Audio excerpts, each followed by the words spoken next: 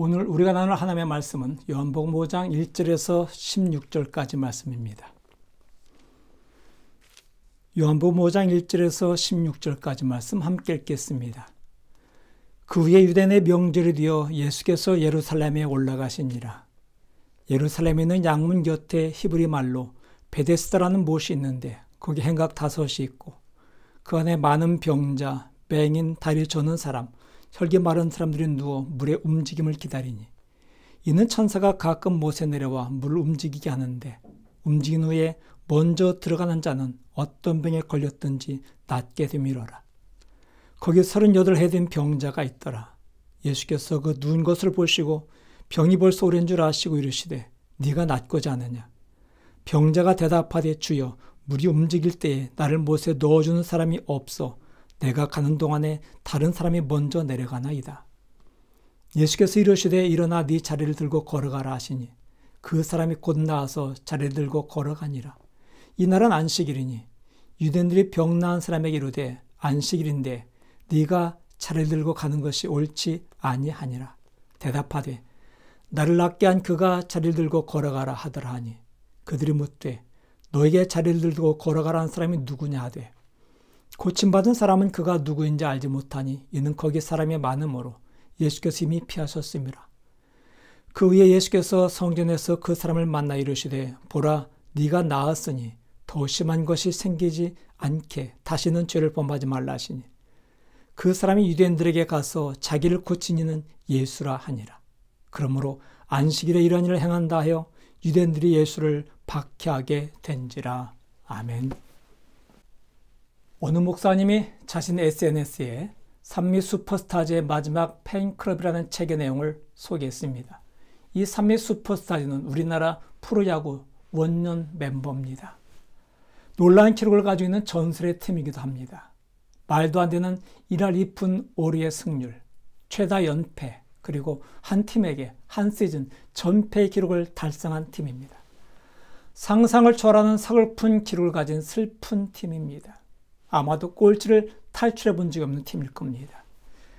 이 팀의 야구 철학은 이 한 문제로 이야기된다고 합니다. 어려운 공은 안 치고 잡기 힘든 공은 안 잡는다. 이 말 들으면서 우린 생각할 거예요. 무슨 젖다위가 있나? 무슨 야구를 그딴 식으로 하나? 그래서 누가 물었습니다. 도대체 야구를 왜 그딴 식으로 하느냐? 그런데 대답이 걸작입니다. 야구를 복원하기 위해서다. 야구를 복원하기 위해서다. 대체 무슨 똥딴지 같은 소리일까요? 그들이 하는 말은 이것입니다. 야구는 이기려고 하는 게 아니라 재미로 하는 거다. 야구는 야구지 프로야구란 없다. 프로자만 빼면 자신들도 괜찮은 팀인데 프로라는 글자를 넣어가지고 경쟁을 부추기니 그런대로 괜찮게 플레이하는 팀이 비참하게 된 것이다 라고 말합니다. 얼핏 들으면 꼴찌가 참 말이 많다. 지니까 구간 변 비참 구참 비명 늘어놓는다 이렇게 생각할 수 있을 것입니다. 근데 가만히 생각해 보면요. 이 사람들이 말한 야구를 복원하겠다는 말이 좀 우리 마음에 찔림을 줍니다. 맨 처음 야구를 시작할 때 사람들은 어떤 마음 가지고 야구를 했을까요? 맨 처음 야구가 시작될 때는 재밌으라고 했습니다. 즐겁게 놀이하기 위해서 시작했을 것입니다. 이 야구를 가지고 돈 벌겠다고 시작하진 않았을 거예요. 그런데 이 즐거운 놀이가 어느덧 돈이 결부되면서 죽기 살기로 하는 싸움이 되고 만 것입니다. 예수님 당시 로마가 그랬습니다. 당시 로마는 이 나라를 정복하고 땅을 차지하기 위해서 수많은 전쟁을 치러댔고 이 전쟁을 위해서는 용사가 필요했습니다. 전사가 필요했습니다. 그래서 젊은 사람들을 불러다가 그들을 훈련시켜서 훌륭한 전사를 키웠습니다. 그런데 이제 더 이상 정복할 땅이 없게 되어 평화시대가 오자 팍스 로마나가 시작되자 이 용사들이 할 일이 없는 거예요. 굉장한 무예와 실력을 가진 자들이 할 일이 없는 겁니다. 그래서 그들이 생각해낸 게 이들을 그냥 이렇게 썩힐 게 아니라 이들을 싸움 붙여가지고 재미난 구경거리를 만들자. 그렇게 해서 그들을 경기장 안에 집어넣고 둘 중 하나가 죽을 때까지 싸우게 만드는 이런 검투사들이 생겨나게 된 것입니다. 원래의 목적, 즉 본질은 사라지고 이상한 껍데기만 남아버리고 만 겁니다. 이런 현상은 어느 시대나 마찬가지였습니다. 오늘 본문에 나오는 베데스다 연못가도 마찬가지입니다. 베데스다란 말은 자비라는 뜻을 가지고 있어요. 그러기에 그 연못은 자비의 연못입니다. 그런데 이 자비 연못에 자비가 없고 오직 죽기 살기로 싸워야 되는 야비함만이 남아있다는 겁니다. 올바로 우리는 이 자비 연못에서 우리 시대를 보게 됩니다. 붕어빵에서 붕어가 없는 것처럼 인생에 인간은 없고 돈만 남아있어요. 사는 게 아니라 살아남기 위해서 발버둥쳐야만 되는 이상한 현상이 벌어지고 있는 것입니다. 생명을 사랑해야 될 교회가 사람을 불러 모으는 집단으로 전락해버렸습니다. 지금 우리를 가장 힘들게 하는 것이 무엇일까요? 코로나? 경제 문제? 물론 그것도 우리를 힘들게 만들어요. 하지만 근본적 원인은 우리가 본질을 잃어버린 것입니다. 우리 본질은 무너진 것입니다. 이 무너진 게 다시 복원돼야 됩니다. 이 산미 슈퍼스타즈가 야구를 복원하겠다고 야심차게 마음먹은 것처럼 오늘날 이 시대에 교회가 먼저 나서서 교회를 복원시켜야 돼요. 여러분, 시대에 희망이 없습니다. 정치가들에게 희망을 걸겠습니까? 아니면 사람들에게 희망을 걸겠습니까? 학교도 희망이 사라진 지 오래됩니다. 마지막 희망이 보이는 교회가 다시 복음의 본질을 회복하지 않는다면 이 사회조차 희망이 없어져 버리는 겁니다. 그리고 우리는 바로 이 말씀을 통해서 교회가 본질을 회복하고 교회가 본질을 회복함으로 말미암아 이 사회에 희망을 갖게 되길 바랍니다. 그렇다면 여러분, 우리가 교회를 복원하려면 어떻게 해야 될까요? 교회를 복원하려면 먼저 신화를 버리고 신앙을 붙잡아야 됩니다. 신화는 버리고 신앙을 붙잡아야 돼요. 이 베데스다 연못에는 신화가 있었습니다. 자, 3절 말씀 보세요. 그 안에 많은 병자, 맹인, 다리 저는 사람, 혈기 마른 사람들이 누워 물의 움직임을 기다리니 이는 천사가 가끔 못에 내려와 물을 움직이게 하는데 움직인 후에 먼저 들어간 자는 어떤 병에 걸렸던지 낫게 되밀어라. 성경을 자세히 보면은 3절 마지막 부분부터 4절까지 괄호가 되어 있습니다. 그리고 밑에 가면은 이 어떤 사본에는 괄호 내에 구절이 없다는 설명이 붙어 있습니다. 다른 사본에는 이 구절이 없는데 이 사본에는 이 구절을 넣은 거예요. 이것은 바로 당시 서기관이 이 구절을 이해하기 쉽게 당시에 유대인 사이에 있었던 하나의 전설, 신화를 설명해 준 것입니다. 당시 전설에 의하면, 신화에 의하면 이 연못에 물이 움직일 때에 어떤 병에 걸렸든지 맨 먼저 들어가는 그 사람은 낫게 된다는 속설이 있었습니다. 신화가 있었습니다. 사람들은 이 신화를 믿고 이 신화를 굳게 붙잡고 거기에 모여 있는 거예요. 맹인들, 절름발이들, 많은 병자들이 거기 다 몰려 있습니다. 그날 예수님을 만났던 38년 된 병자도 마찬가지였습니다. 자, 이제 이 38년 된 병자와 예수님과의 대화를 한번 보시기 바랍니다. 6절 말씀. 예수께서 그 누운 것을 보시고 병이 벌써 오랜 줄을 아시고 이르시되 네가 낫고자 하느냐? 병자가 대답하되 주여 물이 움직일 때에 나를 못에 넣어준 사람이 없어 내가 가는 동안에 다른 사람이 먼저 내려가나이다. 참 대화가 재밌어요. 동문서답입니다. 예수님께서 묻습니다. 너 낫고 싶으니? 그럼 우리 뭐라고 대답해요? 네, 낫고 싶어요. 이게 당연한 대답일 겁니다. 근데 이 사람 대답 보세요. 나를 연못에 넣어준 사람이 없어서 안타까워, 이런 얘기입니다. 예수님은 내가 너 고쳐줄게 이렇게 말하는데 이 사람은 아니 고쳐주지 말고요, 나 저 연못에만 넣어주세요, 그러면 됩니다, 이러고 있다는 것입니다. 이 사람은 바로 낫고자 하는 간절함을 가진 게 아니라 저 물에 제일 먼저 들어가고 싶은 간절함이 있던 거예요. 남보다 먼저 들어가고 싶은 간절함, 낫는 걸 기대한 게 아니라 여전히 신화를 기대하고 있는 것입니다. 지금 세상이 바로 이 신화 속에 빠져 있어요. 오래전에 나온 슬로건입니다. 아마 20, 30년 된 것 같아요. 이 슬로건이 이 시대를 참 대변하는 말이라 생각이 듭니다. 어느 회사가 신문 전체 전면에 광고를 냈습니다. 그리고 이런 문구를 실었어요. 세상은 아무도 2등을 기억하지 않는다. 오직 1등만 기억할 뿐이다. 지금 세상은 오로지 1등만 살아남는 세상이 되고 말았습니다. 이것이 현실입니다. 현대사회가 만들어낸 신화 가운데 하나가 바로 경쟁에서 이기는 것이 곧 성공이라는 신화입니다. 경쟁에서 이기는 것이 곧 성공이다. 그래서 모든 게 경쟁이에요. 공부도 경쟁, 운동도 경쟁, 놀이도 경쟁, 동생과의 관계도 경쟁, 사는 것도 경쟁, 일도 경쟁입니다. 교회도 경쟁이 되어버리고 말았어요. 물론 경쟁은 있어야 돼요. 적절한 경쟁은 즐거움도 더해주고 실력 향상도 가져옵니다. 예전에 한참 젊었을 때 목사님들과 운동을 하는데 그때 이제 경쟁 없이 하다 보니까 뭐 무조건 재밌었습니다. 무조건 재밌었는데 한 번은 한 목사님이 이런 제안을 하더라고요. 자, 우리 이렇게 하지 말고 진 팀이 1,000원씩 내게 하자. 그때 반박했죠. 무슨 목사가 돈 내기냐. 우리 그런 거 하지 말자. 근데 그가 설명합니다. 돈 내기가 아니라 우리 음료수도 필요하고 공도 필요한데 그 돈 가지고 우리 이것을 사설이 공금으로 쓰자는 얘기입니다. 하도 그냥 너무 적극적으로 제안하기를 그럼 한번 해보자 해서 다 받아들였습니다. 그런데 이 경쟁이 붙으니까요. 재미가 더 있어요. 그리고 실력도 향상이 되더라는 얘기입니다. 맞아요. 경쟁은 우리에게 즐거움도 더해주고 실력도 향상시킵니다. 그런데 문제는 이 경쟁의 적정선이 무너지는 게 문제입니다. 이 경쟁의 적정선이 무너지고 과도한 경쟁으로 간 것이 문제입니다. 우리 모임에서는 과도한 경쟁은 없었습니다. 그리고 승자가 독식하지도 않았어요. 이긴 사람 이긴 대로 진 사람 진 사람들을 함께 나눴습니다. 그렇게 아무런 문제가 없었던 것입니다. 근데 지금 문제는요. 이 시대의 문제는 승자 한 사람이 모든 걸 독식을 해요.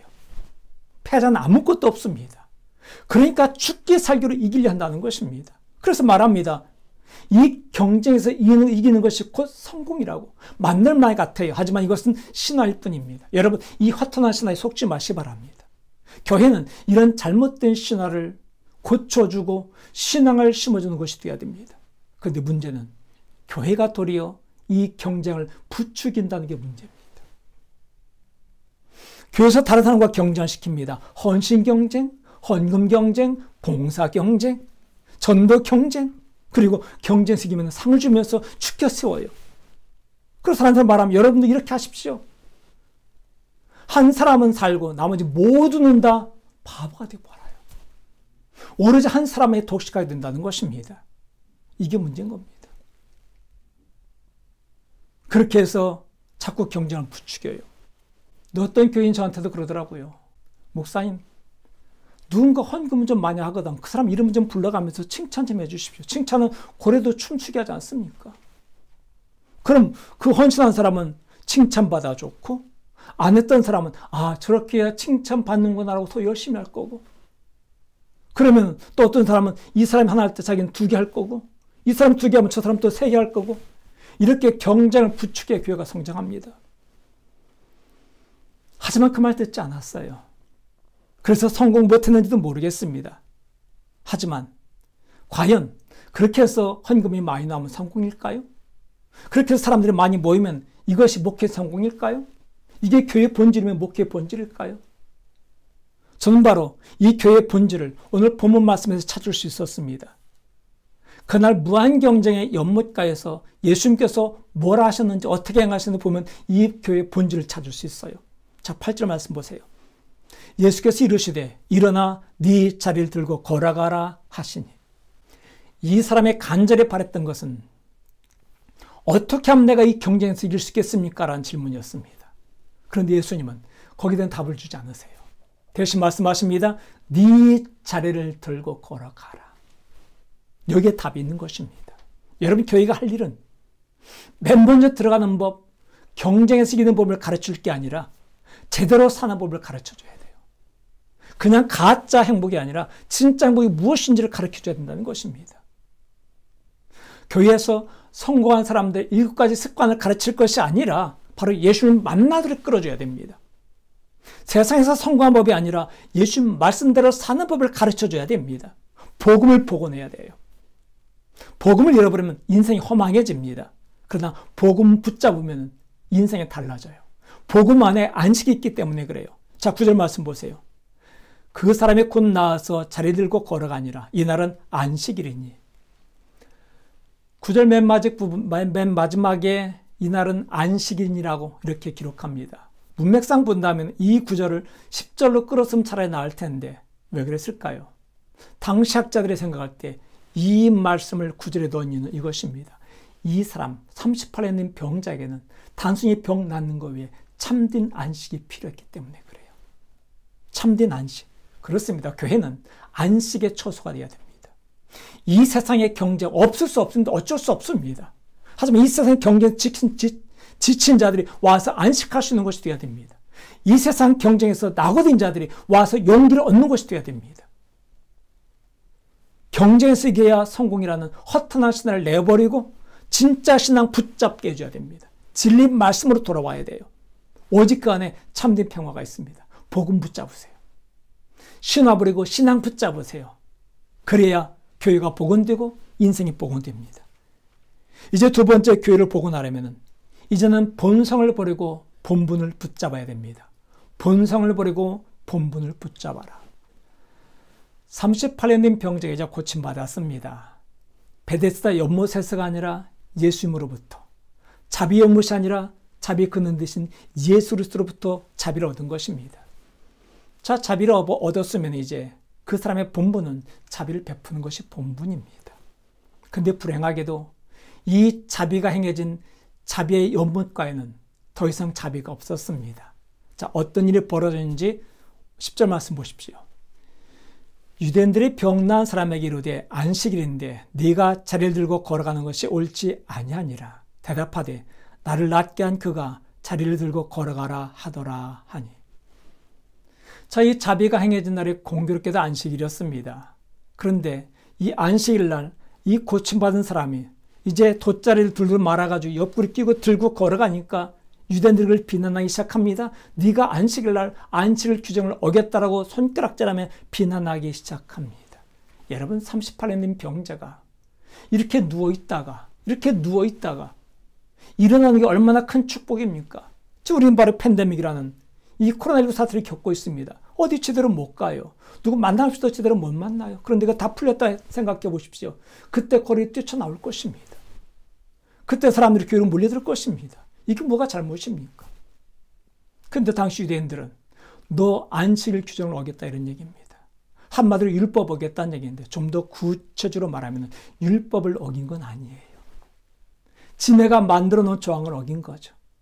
지네가 만드는 거 어기니까 기분 나쁜 겁니다. 기분 나쁘니까 비난하기 시작합니다. 자비 현장에 무자비 한 마리 남아있다는 것입니다.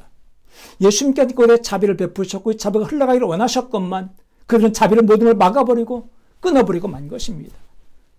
이 자비를 끊어버린 것은 유대인뿐만이 아니라 이 고침받은 자도 마찬가지예요. 유대인들이 비난에 당당히 맞서지 못하고 책임을 회피합니다. 그는 말합니다.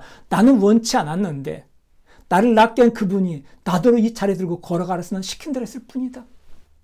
나는 원치 않았는데 그냥 시킨 대로 했다는 것입니다. 핑계를 대요. 책임을 회피하려고 합니다. 그리고 난 시간이 흘러 며칠 지났는데 며칠 후에 예수를 만났습니다.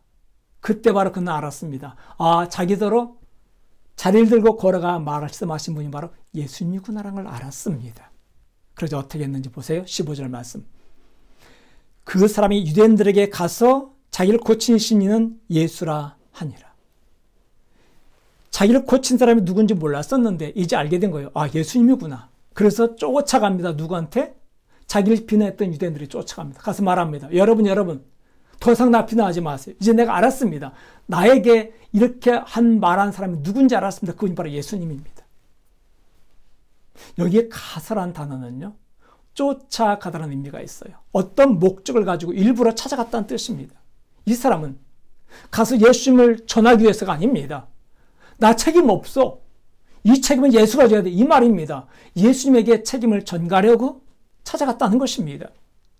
그래야만 자기 실리를 찾을 수 있으니까. 그래야 비난 안 받을 수 있으니까. 왕따 안 당할 수 있으니까.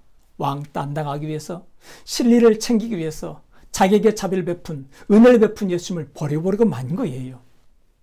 이로 말미암아 예수님은 더욱더 박해를 받기 시작합니다. 16절. 그러므로 안식일에 이러한 일을 행했다 하여 유대인들이 예수를 박해하게 된지라. 이 사람은 자신이 궁지에서 벗어나기 위해서 자기를 고쳐주신 예수님을 궁지로 몰아넣습니다. 이게 인간의 본성이에요. 사람 참 악해요. 참 치사하고 야비합니다. 자비를 입었으면 자비를 베풀어야 되죠. 그게 당연한 겁니다. 그런데 자비를 입은 그들이 도리어 더 무자비하게 나와요. 예수님께서 말씀하셨습니다. 어떤 사람이 무진장 많은 거액의 빚을 졌는데 갚을 길이 없어요. 그래서 자기의 가족이 다 종으로 팔려나갈 참입니다. 그래서 왕에게 가서 빕니다. 그때 왕이 불쌍해가지고 모든 그 거액의 빚을 탕감시켜줘요. 근데 이 사람이 돌아오다가 친구를 만났는데 그 친구가 자기의 조그만 빚을 졌습니다. 소액의 빚을 졌습니다. 지금 거액을 탕감받고 나면서 이 사람이 자기 친구의 소액을 빚진 사람이 빚 안 갚는다고 그걸 갖다 고발해서 그 전 가족들이 종으로 팔려가고 감옥에 갇히게 됐다는 것입니다. 왕이 이 말을 듣고서 그 사람을 불러서 모든 걸 다시 다 거액을 다 갚게 하고 그리고 그 나머지 가족들을 다 종으로 삼았다고 말합니다. 여러분 은혜를 받았으면 은혜를 베풀 줄 알아야죠. 근데 은혜를 받고 나서 도리어 심 없는 사람들에게 가서 힘을 쓰고 있어요. 무자벽에 굴어 이것이 인간들입니다. 이러한 자들에게 예수님께서 뭐라 말씀하십니까? 예수님께서 이 병자에게 말하죠. 14절 그 후에 예수께서 성전에서 그 사람을 만나 이르시되 보라 네가 나았으니 더 심한 것이 생기지 않게 다시는 죄를 범하지 말라 하시니 더 심하지 않게 다시는 죄를 짓지 말라. 네가 본분을 망각한 채 본성대로만 산다면 흉한 꼴을 보게 될 거라는 경고의 말씀입니다. 그렇습니다. 여러분 자비를 얻었으면 자비를 베푸는 게 바로 본분입니다. 이 본분을 잊은 채 본성만 붙잡고 살아가니까 세상이 흉악해지는 것이고 교회가 흉악해지는 것이고 인생이 피폐해져 가는 것입니다. 그날 자비 연못에서 자비가 베풀어졌건만 이 자비가 유대인들에 의해서 환자의 사람에 의해서 막혀버리고 만 것입니다. 이 자비의 강물이 멈춰버린 거예요. 교회는 본성이 지배하는 것이 아니라 본분을 다하는 것이 되어야 됩니다. 우리는 바로 예수님께서 십자가에 돌아가심으로 말미암아 십자가의 희생으로 말미암아 구원받은 자녀들입니다. 이게 십자가는 희생입니다. 그러기 바로 우리는 그 십자가를 지고 주님을 따라가는 게 우리 본분입니다. 그런데 오늘날 교회는 십자가를 지고 예수님을 따라가는 게 아니라 십자가를 종탑에 걸어놓고 예수님 말씀 안 따라가요. 은혜를 받았으면 은혜를 베풀 줄 모른 채 도리어 자기보다 심 없는 자를 억압하고 짓누르려고 합니다. 세상에서 입었던 그 마음 상처를 여기서 풀고 있는 거예요. 그 상처가 십자가에서 녹아지는 게 아니라 십자가를 경험 못하니 십자가의 은혜를 경험 못하니 도리어 그 상처를 갖다가 다른 사람 또다시 퍼붓는 거예요.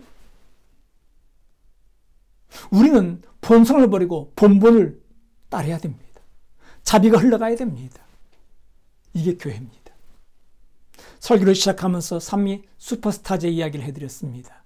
그들은 비록 만년 꼴찌였지만 그들이 가진 야구를 복원하겠다는 정신만큼은 복원돼야 됩니다. 이 세상은 1등만 기억하려 합니다. 그럴지라도 교회는 달라야 돼요. 교회는 1등만 기억하는 것이 아니라 꼴찌도 함께 기억되는 곳이 돼야 됩니다. 더 이상 경쟁에 몰리는 것이 아니라 그 경쟁 속에 시달린 사람들이 안식하는 것이 돼야 됩니다. 이제는 봉사에 대한 염려, 헌신에 대한 염려 모두 다 내려놓으십시오. 경쟁에 대한 두려움도 내려놓으십시오. 이기는 법을 알고자 애를 쓰지 말고 오직 주의 말씀에 집중하시기 바랍니다. 그러면 진정한 안식을 누리게 될 것입니다.